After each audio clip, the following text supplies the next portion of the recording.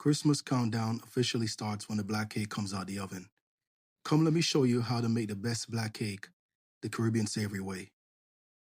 Here are most of the ingredients we use to make this black cake, but keep watching for the remaining ingredients. Start by adding 1 pound of room temperature butter in the mixer. Now add 2 cups of brown sugar and ½ cup of white sugar. Now begin to mix the butter and sugar together. Now crack your eggs in a bowl of choice, and when done, remove the calazi from each egg. Now you're going to whip this egg up with a hand mixer.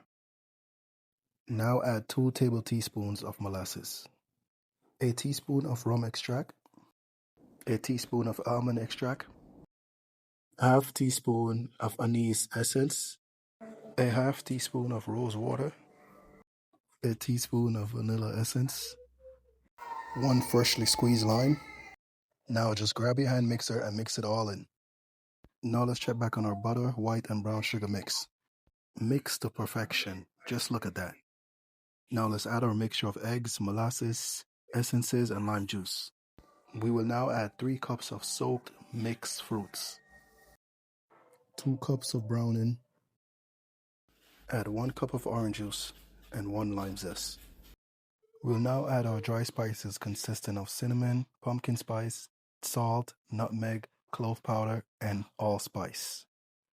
Spoon of crunchy or smooth peanut butter, 1 tablespoon of baking powder, 2 cups of all-purpose flour, a cup of Wray & Nephew Red Label wine, and a cup of Wray & Nephew White Overproof rum.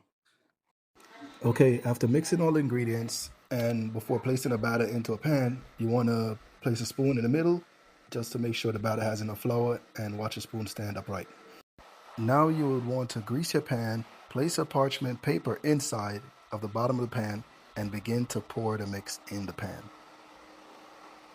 Here you see we place our cake pan on a baking pan with water to keep the moisture in. That's optional, you don't have to do that. By this time your oven should be already preheated to 325 degrees. We'll now go ahead and place this cake pan in the oven for approximately 2 hours. There you go guys, the black cake is now finished. Now we'll go ahead and soak it with a quarter more of Wray & Nephew Red Label wine and Wray & Nephew White Overproof rum. Now in the end you can top it off with some cherries on top and give it some time to cool down before cutting it.